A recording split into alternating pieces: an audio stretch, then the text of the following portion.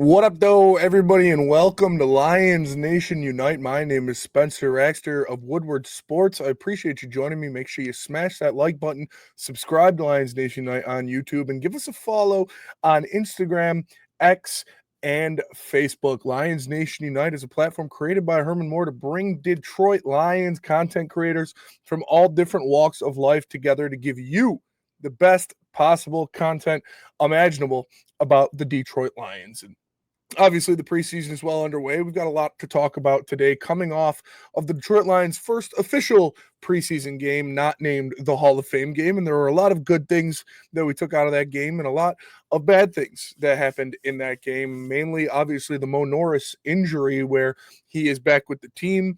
He made a recovery in the hospital that night, but just a very scary moment for the NFL, for the Detroit Lions, and for football fans around the world, seeing what happened to Morice Norris. And we've got more from Dan Campbell coming up on what actually happened and what happened as a result of that play. But actually, let's do that first. Let's get into that right now, because obviously the Detroit Lions and the Atlanta Falcons, both Dan Campbell and Raheem Morris, made the decision to stop the football game after the Morice Norris injury when he was taken out in an ambulance, not moving, on a cart. It was a very scary scene for football fans everywhere. And there were reports that Dan Campbell asked the league office and asked the referees to stop the game, and we're not playing the rest of this game. But the NFL told them no. The NFL told them, you're going to continue playing the rest of this game. And that's when you saw Dan Campbell get a little frustrated and animated on the sidelines in that preseason game for the Detroit Lions, where you saw him saying some not so choice words to the referees. But eventually, Dan Campbell, the head coach of the Detroit Lions, and Raheem Morris, the head coach of the Atlanta Falcons, came together and said, listen, we're just going to knee this ball out, and we're just going to end the game. And that resulted in the longest play in the history of the National Football League and the eventual canceling of the game altogether after the Lions and Falcons stood there and drained over 6 minutes off of the play clock. The NFL eventually said, all right, just cancel the game. But a classy move by the Atlanta Falcons and Raheem Morris to kind of respect the wishes of Dan Campbell and his team. Obviously, a lot of guys shaken up after you see what you saw happen to Morice Norris on that field. But here's what Dan Campbell had to say about the way that preseason game ended. It's right off the clock. Can you explain why that had to happen? What kind of instruction were you given from the league? Don't do this to me. All right. So Raheem and I agreed that was what we were going to do. We talked to, Sean Hockley let us know, hey, the game is still on, and we communicated with each other. We told Sean we'll be taking knees, and he said, I understand, and that's the way it went. And then the game was called.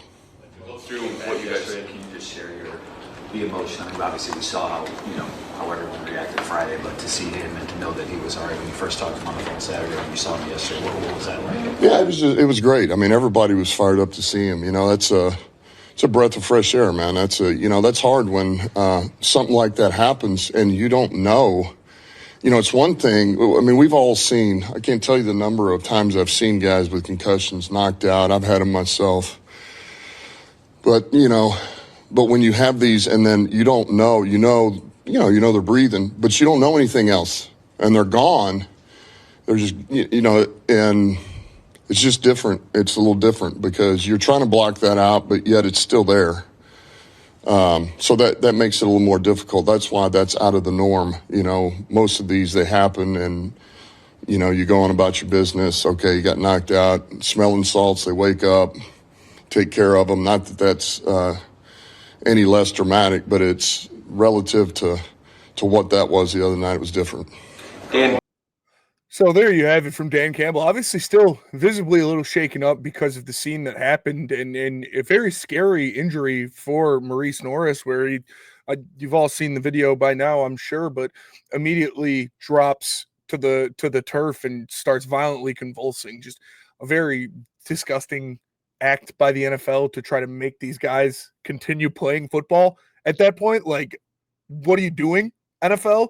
Have some respect for these guys. You think they're going to go out there, everybody would be more hesitant, which would end up resulting in more injuries. So a great move by Dan Campbell and by Raheem Morris of the Atlanta Falcons to kind of just agree to end that game there. So Morice Norris, though, as Dan Campbell said, back with the team, back in the facility on Friday. And that was very uplifting for his guys. And it's just amazing to hear that he's ready to go already after just such a traumatic event by him in that preseason game. But taking that aside, there were some good things and there were some bad things to happen out of that preseason game. I'm not going to break it down, but Isaac TeSlaa is a guy that has been turning heads in camp consistently, and he went out there in that game and he performed. He had some great catches, a great grab in the corner of the end zone to secure his first touchdown in the National Football League. I know exhibition doesn't really count, but it's still good to see him go out there and make plays, and people are starting to notice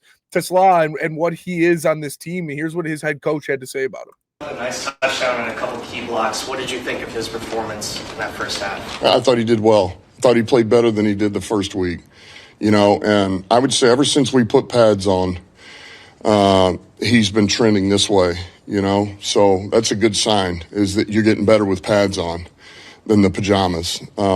So that was awesome. He's doing well, man. He blocks on the perimeter. He's making big catches over the top of people. He's going up. His route detail is getting that much better. Scotty's doing a heck of a job with him and all those guys. So he's growing. So there you have your head coach praising the third-round rookie out of Arkansas, who, by all accounts, you're hearing the same thing. He's physical. He's big. It's everything that we heard out of him out of the draft. 6'4", 4'4", 40-inch vertical.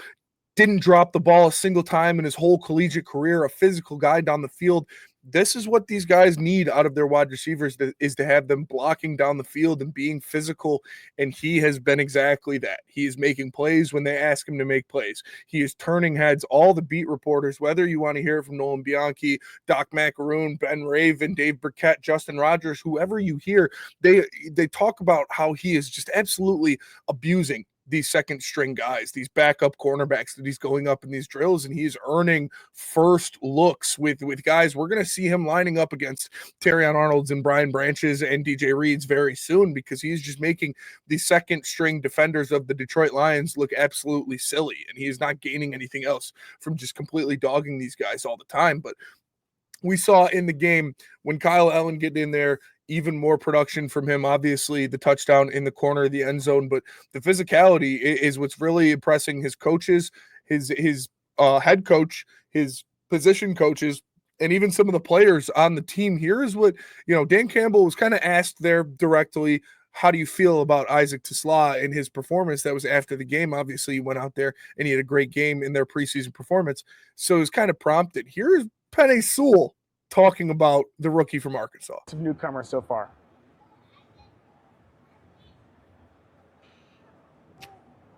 TeSlaa.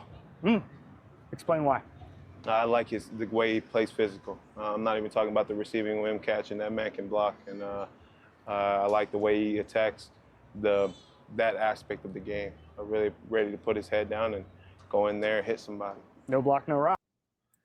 I can't think of a better person to say, hey, I like the way this kid blocks and me feel good about it than Penei Sewell. That is the best offensive lineman in the league, telling you that, like I said, unprompted there, he said newcomer. So that could be rookies, that could be DJ Reed, that could be a free agent you brought in. He said TeSlaa. And this is a guy who's been playing next to a newcomer in Tate Ratledge. So the physicality of Isaac TeSlaa is really turning heads, both from coaches and leaders on this team in the locker room. I only expect it to go up. I expect him to continue to perform like this in the offseason and really carve out a niche for himself.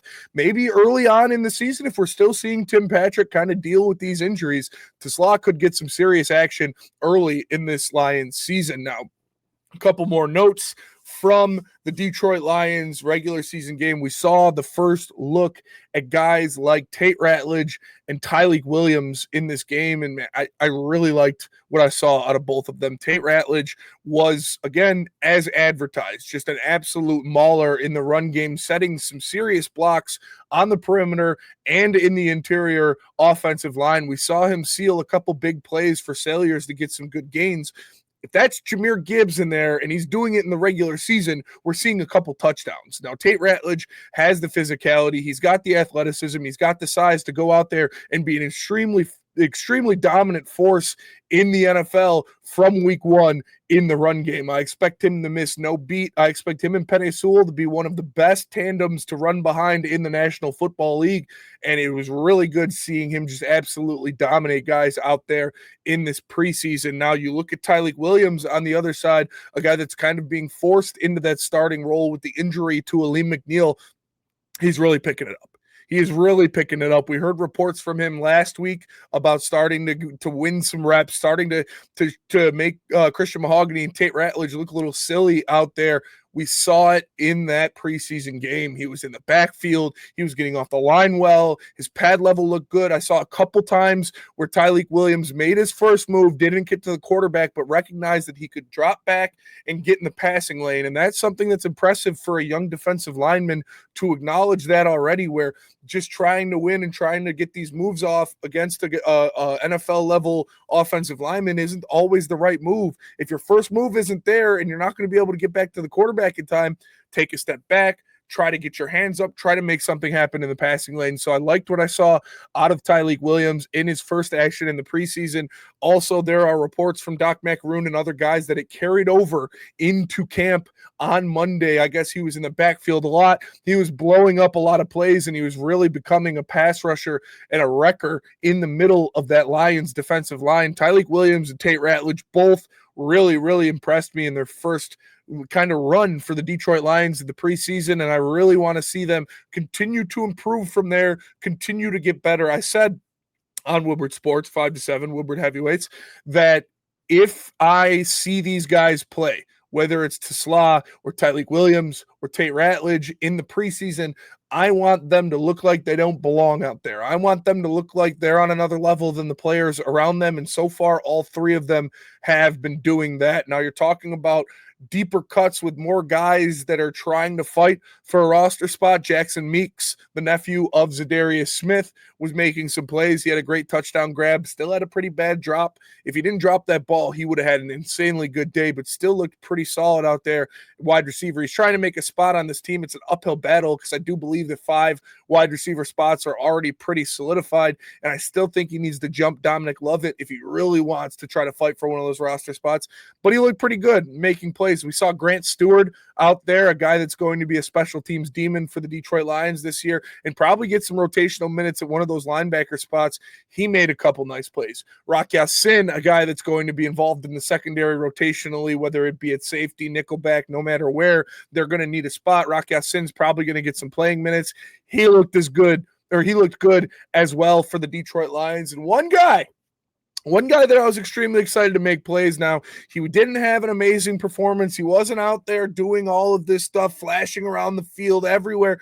But Broderick Martin was getting his nose in there in a few plays. He looked good. He got into the backfield a couple times, made a nice play in the run game to stop them for a little gain. Might have even been a tackle for loss, but seeing Broderick Martin out there looking comfortable, looking in shape, and getting snaps is a good sign. I still don't know if he's going to make this team, but there is a huge opportunity for him with all of the injuries in that interior defensive line for the Detroit Lions. Broderick Martin was out there, and his presence was felt. He still needs to improve. He still needs to get better, but it was good to see him get those snaps out there in that preseason game. That's going to do it for me today. Appreciate you guys tapping in to Lions Nation Unite. I'm Spencer Raxter of Woodward Sports. Make sure you smash that like button, subscribe to Lions Nation Unite, and follow them on Instagram, X, and Facebook. Go to lionsnationunite.com to get some of the best merch in the game, constantly putting out new products for you to add to your Lions collection. It's Lions Nation Unite. I'm Spencer Raxter of Woodward Sports. See you guys later. Peace.